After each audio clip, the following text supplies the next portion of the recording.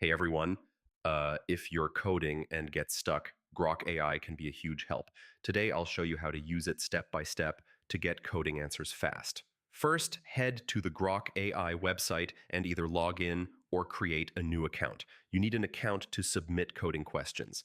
Next, choose the programming language you're working with, like Python, JavaScript, or Java. This helps Grok AI tailor its answers accurately. Now type your coding question clearly. Include details like the problem you're solving or any error messages you're getting.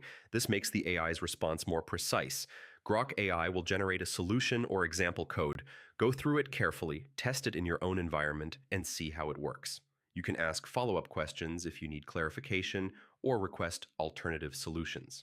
This is great for learning and understanding different approaches. When the code works for you, copy it to your project or save it for later. Some versions of Grok AI also let you download code snippets directly. Always test and debug the code yourself. Grok AI is a helper, not a replacement. Tweaking the solution helps you learn and ensures it fits your project.